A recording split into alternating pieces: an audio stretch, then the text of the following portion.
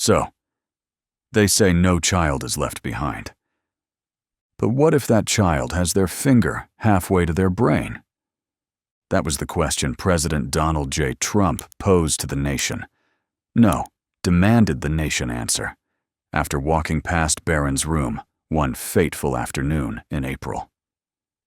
There, hunched over a worksheet titled Checks and Balances, Barron Trump was elbow-deep in what the president would later call a national disgrace, and also extremely unsanitary. And just like that, America had a new priority. Forget inflation. Forget the deficit. Forget TikTok bans and border walls. This was nose control. We're gonna stop the pickers. The kids, they're everywhere, Trump announced in an emergency Rose Garden press conference, flanked by confused Secret Service agents and a 12-foot golden tissue box engraved with "Never Forget." This isn't just a problem, folks, he said. It's an epidemic, a disaster. Some say worse than COVID. And you know what? I agree. At least COVID didn't flick things at you. He wasn't done. In my house, we don't pick noses. We hire people for that. They're called doctors, real ones, with diplomas, not some school nurse with a cartoon frog sticker collection. The cameras flashed. The wind picked up. Somewhere in the distance, an eagle sneezed. And then, the bombshell. The executive order on nose control reform. In short, no more picking. Not in schools. Not in churches. Not on golf carts. Not even inside Air Force One. Effective immediately, all educational institutions receiving federal funding would be required to enforce what Trump called the Pick-Free Pledge, a zero-tolerance initiative banning nasal excavation of any kind. Manual, digital, or those weird nasal spray bottles that squirt like a fire hose? Gone. The Pick-Free Pledge was clear. I will not pick my nose. I will not flick, smear, roll, or launch any contents from said nose. I will report fellow pickers to the authorities, hall monitors, vice principals, or lunch ladies with jurisdiction. I will keep my fingers, and the fingers of others, out of all nostrils at all times. Any student caught violating the pledge would be issued a formal warning, required to sit through a 32-minute educational video titled Boogers and You, a National Threat, and write a 1,000-word apology addressed directly to President Trump, beginning with the phrase, "Dear Mr. President, I regret my disgusting behavior." The next morning, nosecontrol.gov went live, and then immediately crashed. The traffic? Overwhelming. Most of it from Russia, Florida, and one suspicious server farm in Kansas. Trump's allies wasted no time jumping on board. "This is what leadership looks like," said Marjorie Taylor Greene, holding up a laminated copy of the Pick-Free Pledge on Fox News. "I say, let's go further. Ban sneezing without a background check." Over at CNN, Anderson Cooper blinked, sighed, and rolled a pencil between his fingers for a full 18 seconds. Meanwhile, Betsy DeVos emerged from a soundproof cryo chamber to volunteer as head of the newly created Department of Nasal Discipline, which will be headquartered in a repurposed men's warehouse in Ohio. Budget? $7 billion. Logo? A crossed-out nose above the motto, "If you dig, we dig back." Still, not everyone was thrilled. Teachers' unions called the plan a distraction, unconstitutional, and, honestly, super weird. Students fought back with underground nose-picking rings. Secret handshakes were formed. Itchy nose became a code word. And in Des Moines, a rebellious 7th grader known only as Double Knuckle Dave live-streamed himself dual-picking during homeroom. The clip? 11 million views. Hashtag Booger Rebellion. But Trump wasn't backing down. "I caught Barron doing it," he said during a second press event. He looked me in the eye, didn't even flinch. That's when I knew. It starts with one finger. Then it's two. Then it's Hunter Biden in your living room selling tissues from China. Nobody knew what that meant, but it felt important. Enforcement came fast and absurd. First, the National Booger Patrol, a new federal agency wearing red MAGA windbreakers, equipped with disinfectant wipes, GoPros, and enormous foam fingers pointing no. Second, daily nasal inspections. Each morning, students would raise their hands, spin in a circle, recite the Pledge of Allegiance, maintain eye contact with the school nurse while declaring, "I am a clean-nosed American." Third, booger background checks.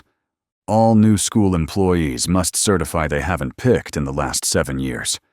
Any prior incidents must be disclosed and notarized by a priest, grandparent, or former gym teacher.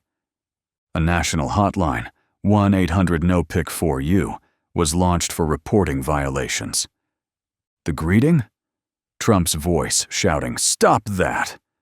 That's disgusting!" followed by an instrumental version of "Proud to be an American." The backlash? Predictable. "The president has lost it," said Gavin Newsom, barely able to breathe from laughter.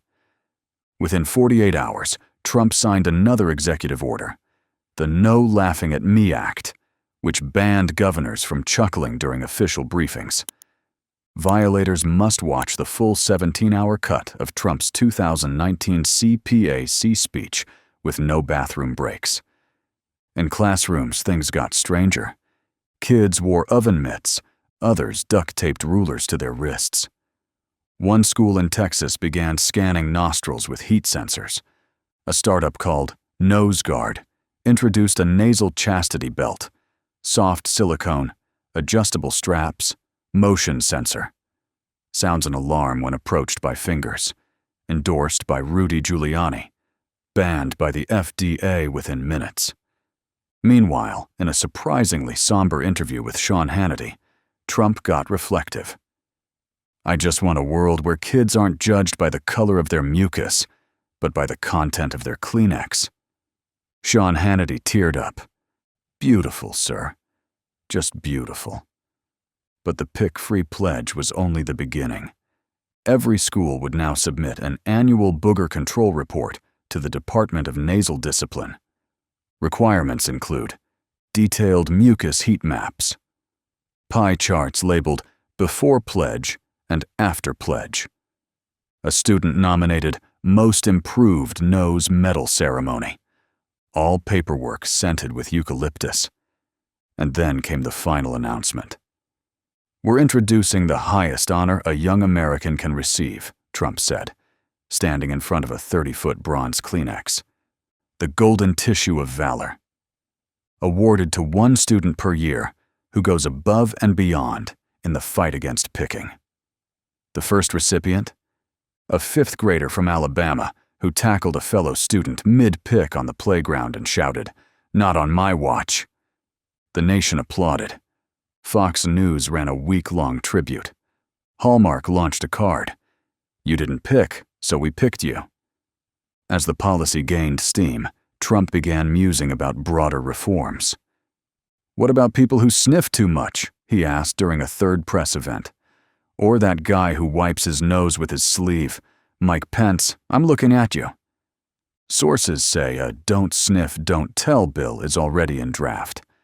In Florida, Ron DeSantis tried to counter with his own plan, nostril freedom now, but was swiftly overshadowed by a Trump ad showing DeSantis sneezing into his elbow, missing entirely, then trying to high-five a toddler. The ad ends with Trump whispering, "Disgusting." The merchandising was unstoppable.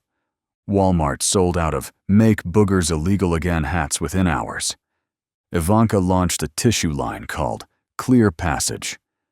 Eric Trump attempted to take the pick-free pledge live on TikTok, but sneezed on himself and was banned again. And just when you thought it couldn't go further, Trump announced the Clean Hand Act. Anyone caught picking without immediately washing their hands would face a federal fine of $2,500, 2 weeks of janitorial duty at a Mar-a-Lago shrimp buffet, and public shaming on Truth Social, tagged Booger Traitor. If I see another kid high-five with a booger finger, I swear I'll move the capital to Palm Beach, Trump said, pointing to the sky for no reason. And he meant it. Because to Trump, this wasn't about hygiene. It wasn't even about kids. It was about control. It was about discipline. It was about legacy. Some presidents built bridges. Others sent rockets. I stopped the picking, he declared. And just like that, the Pick-Free Pledge became law. Now, in every classroom across America, between the fire drill poster and the outdated globe that hasn't spun since 1997, there hangs a copy of Trump's Pick-Free Pledge. So next time your nose itches and your finger twitches, think twice, because somewhere out there, watching, judging, sniffing, is Donald J. Trump, and he's holding a tissue. A big one. This is the irony, and that's the irony. So, disclaimer. This video is a work of satire and fiction. It is intended for entertainment purposes only and should not be interpreted as fact, news, or a representation of real events. Any similarities to actual persons, living or dead, or actual events, is purely coincidental.